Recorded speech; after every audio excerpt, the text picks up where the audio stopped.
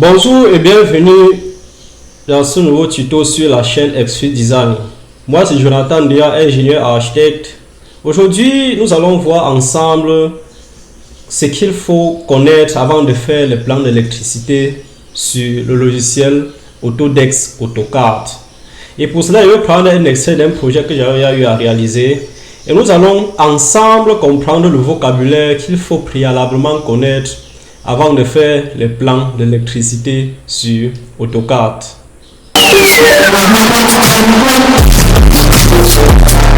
Donc ici là nous avons l'extrait d'un projet que j'ai fait sur AutoCAD.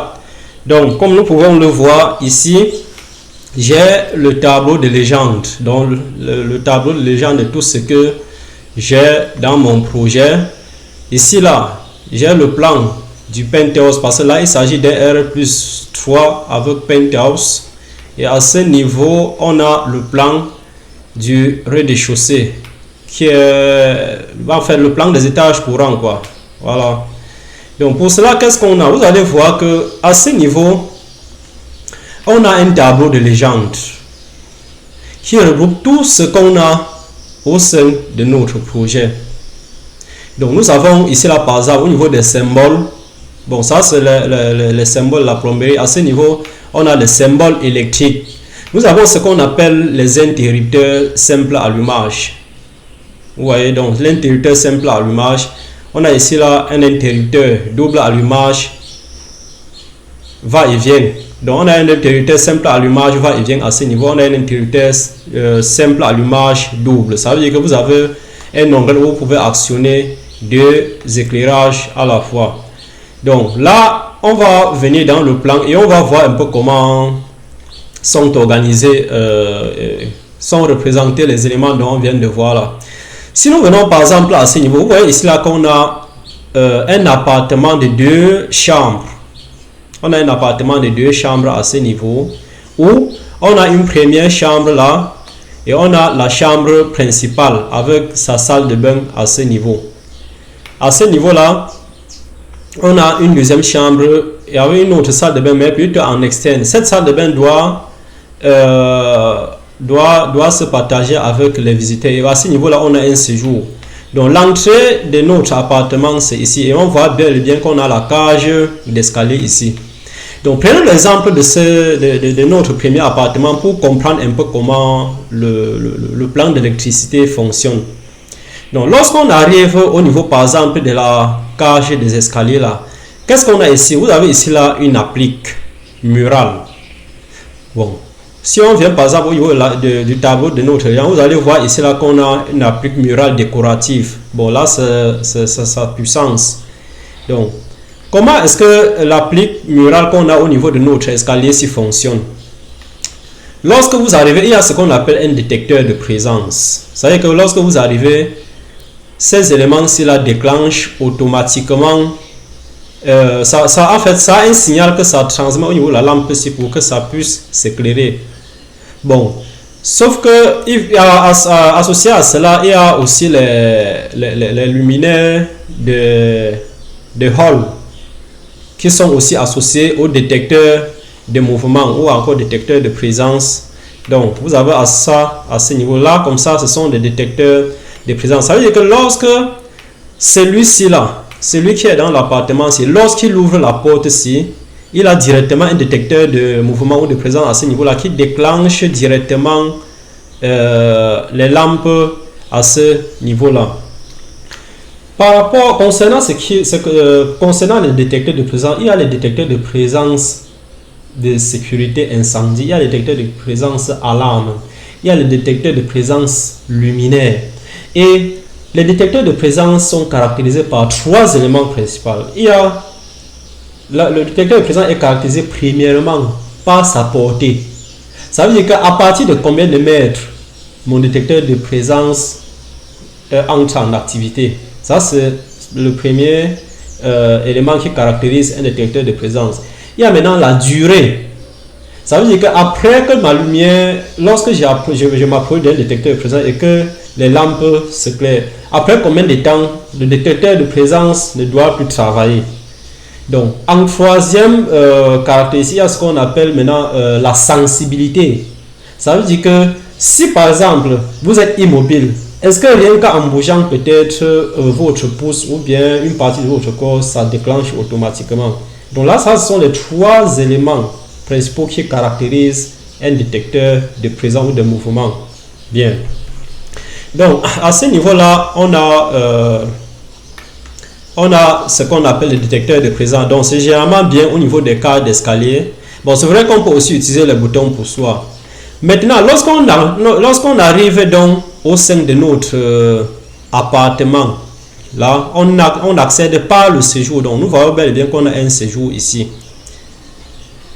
Et l'erreur qu'il ne faut généralement pas commettre, c'est que les plans d'électricité se fait toujours avec le plan des faux plafonds. Il ne faut jamais faire l'erreur de faire un plan d'électricité. Bon, c'est vrai qu'on peut faire l'esquisse, on peut faire les APS sans les plans de plafond, mais lorsqu'il s'agit des plans d'exécution, il ne faut jamais faire l'erreur de faire un plan d'électricité sans le plan de faux plafond. C'est la raison pour laquelle vous allez voir, les plans d'électricité se font toujours dans les plans de faux plafond, pour éviter certaines erreurs d'exécution, pour éviter que peut-être la lampe qu'on a centrée, car à ce niveau-là, on a peut-être un support des placards ou bien qui passe ou quoi que ce soit. Donc le plan d'électricité se fait dans le plan des faux plafonds. Bien, nous allons donc venir à ce niveau-là. Vous voyez, on a au niveau du séjour-là les interrupteurs. Ceci là, ça c'est un interrupteur va-et-vient en double allumage. Vous voyez, parce que le symbole si nous venons au niveau de notre légende, vous allez voir le symbole si que ça c'est un interrupteur va-et-vient simple. Maintenant, si c'est comme ça fois 2, ça va faire un interrupteur va-et-vient en double allumage. Donc, lorsqu'on arrive à ce niveau, on a deux interrupteurs on a un interrupteur en va-et-vient et un interrupteur simple allumage qui n'est pas en va-et-vient. Le simple allumage qui n'est pas en va-et-vient commande quoi? Ça commande la ligne verte. La ligne verte que vous voyez dans ce plan représente le ruban LED qu'on va retrouver par exemple au niveau de nos plafonds. Donc, vous voyez là que notre simple allumage va alimenter le ruban LED. Et le double allumage va alimenter quoi? Ça va alimenter nos spots. Il y a un premier qui va commander les spots qu'on a au niveau de notre plafond. Et l'autre deuxième qui va commander le lustre central. Pourquoi est-ce que ça en va bien? Parce qu'il faut que l'usager soit capable, lorsqu'il accède, qu'il éclaire, qu'il alimente par exemple le lustre central, et lorsqu'il accède au niveau des chambres, qu'il soit capable d'éteindre ce même lustre central. Donc ce lustre central est commandé en va-et-vient. Donc ça veut dire que vous allumez à l'entrée là et vous éteignez au niveau d'accès des chambres. Comme vous pouvez aussi, en sortant des chambres, vous alimentez là, et lorsque vous sortez de l'appartement, vous arrêtez à ce niveau. Même chose au niveau des spots. À ce niveau, vous voyez, on a les spots là, ce qu'on voit en bleu là représente les spots. Les spots sont aussi commandés en va-et-vient. Donc vous voyez, à ce niveau là, on a une connexion qui alimente les spots à l'entrée là, et une deuxième connexion au niveau de l'intérieur là qui permet d'éteindre aussi ou bien de les allumer lorsqu'on est proche des chambres.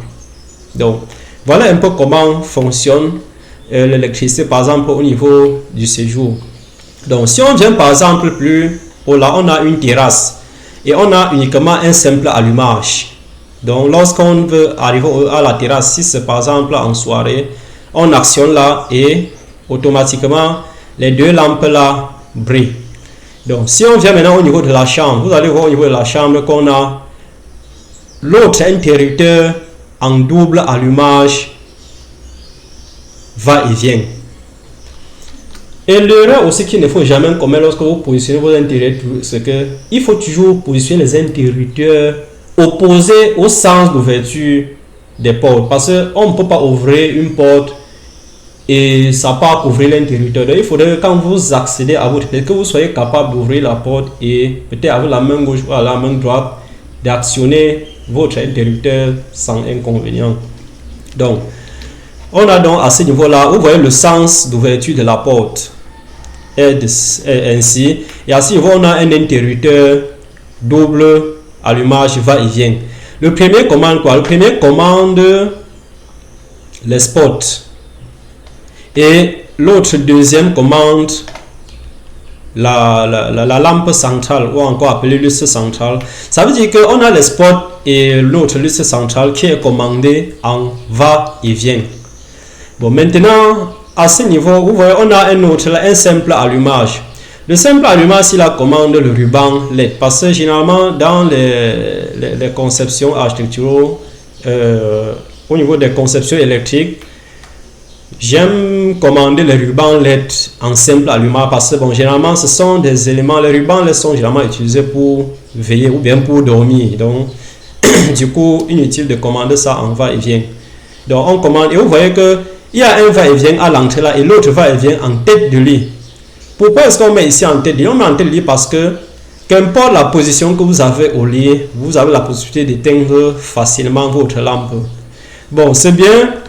Certains vont dire que non, on peut avoir un lit avec une tête peut-être haute, mais tout se prévoit. Si vous avez peut-être un lit qui vient avec une tête haute, il y a déjà certaines têtes de lit qui viennent déjà avec les attentes des luminaires, des appareillages d'allumage. Ça veut dire que quand ça arrive là, on vient juste, il y a la tente là, où on va venir juste passer l'alimentation des courants et puis associer à cela nos éventuels interrupteurs ou prises ou appareillages. Bien. À ce niveau-là, qu'est-ce qu'on a? Vous allez voir qu'on a les connexions. Les lignes rouges que vous voyez à ce niveau-là représentent les connexions entre les lampes. Vous voyez que lorsque je prends mon interrupteur et viens connecter à cette lampe-là, ça communique automatiquement avec les autres lampes. Donc, ça veut dire que lorsque je déclenche là, j'ai tous mes spots qui s'alimentent. Et à ce niveau, j'ai l'autre connexion qui alimente notre lustre central. Donc, voilà un principe assez simple. Vous allez par exemple voir au niveau des salles de bain, on a un simple allumage. Donc, inutile de faire un double allumage. Et les allumages doivent se trouver toujours à l'extérieur des salles de bain. Inutile d'allumer à l'intérieur pour les mesures de sécurité. Mais vous avez aussi ce qu'on appelle les interrupteurs étanches, où il y a les mesures il y a les indices de protection un peu élevés. Donc, mais c'est conseillé généralement de mettre toujours les interrupteurs hormis de la salle de bain, pas à l'intérieur de la salle de bain pour les mesures de sécurité. Donc voilà déjà en quelques clics quelques appareillages. Vous savez pas à ce niveau, on a toujours les lampes. Là, on a les lampes pour ventiler cette terrasse parce que là c'est une terrasse ouverte. On a les lampes à ce niveau-là pour ventiler notre terrasse. Donc vous voyez, on a ces éventuels appareillages. Lorsque vous faites un plan d'électricité, il faudrait qu'à la fin vous ayez ce tableau, c'est-à-dire vous ressortez votre tableau de légende. Mais ce n'est pas un souci, au fur et à mesure on va travailler, on va voir comment créer. Là c'est juste pour que vous compreniez comment les appareils, les outils fonctionnent lorsqu'on veut faire les plans d'électricité sur AutoCAD. Et associé à cela, il ne faut jamais oublier que lorsqu'on fait un plan d'électricité, il y a plusieurs plans déjà qu'on peut faire en électricité. Il y a le plan de circuit de prise, il y a le plan d'éclairage, plan d'alimentation et plusieurs autres plans qu'on peut avoir. Même jusqu'à la fin, on sort maintenant un schéma. Est-ce que c'est un schéma unifilaire ou c'est un schéma bifilaire ou... Bref, on sort le schéma électrique de notre installation. Donc là, c'était juste un plan lié directement à l'exécution. Et vous voyez, c'est très simple, il n'y a rien de compliqué. Au niveau souvent des couloirs, vous allez voir, on ne va pas prévoir les détecteurs de présence, mais on va prévoir ce qu'on appelle les boutons poussoirs avec voyant lumineux. Comment fonctionne un bouton poussoir avec voyant lumineux? Lorsque vous arrivez souvent dans certains couloirs, vous allez voir un bouton là qui a un signal lumineux là-dessus. C'est-à-dire que quand vous appuyez directement, ça alimente soit votre couloir, soit ça alimente le hall. Bon, maintenant, ce qu'il faut comprendre, c'est que une seule lampe peut être allumée par, c'est-à-dire par peut-être 5 boutons poussoirs. Si on a peut-être 5 appartements qui donnent sur un couloir, on peut à chaque entrée de chaque appartement mettre un bouton poussoir que lorsqu'on déclenche, ça ça alimente directement la lampe. Et c'est là où on va parler de télérupteurs. C'est-à-dire quand une lampe est commandée à partir de 3 points, on va plus appeler des points, mais on va parler plutôt des télérupteurs, parce que à partir de plusieurs points, on peut alimenter cette lampe là. Donc vous avez les possibilités, soit de choisir les détecteurs de présence ou les boutons poussoirs, mais à la fin le résultat est pareil. Mais généralement je conseille beaucoup le bouton poussoir, parce que le détecteur de mouvement ou détecteur de présence, c'est que moins de gestes, les lampes s'éclairent à un niveau, même généralement, même souvent c'est embêtant, surtout dans les grands lois. Donc voilà en fait comment fonctionne un plan d'électricité bâtiment, avec le vocabulaire associé à cela. Donc dans les prochaines vidéos, on va parler des plans de prise, le vocabulaire qu'il faut aussi comprendre dans le circuit de prise. Et là c'est juste quelques aspects brefs. Au fur et à mesure qu'on va développer, on va travailler, vous allez comprendre certaines notions, comprendre certaines normes, comprendre, il y en a plusieurs types il y en a plusieurs normes qu'il faut déjà comprendre lorsqu'on fait les plans d'électricité, pareil quand on fait les plans architecturaux. Donc retrouvons-nous la prochaine fois et n'oubliez pas de vous abonner, d'activer la cloche de notification pour ne pas rater certaines publications. À bientôt.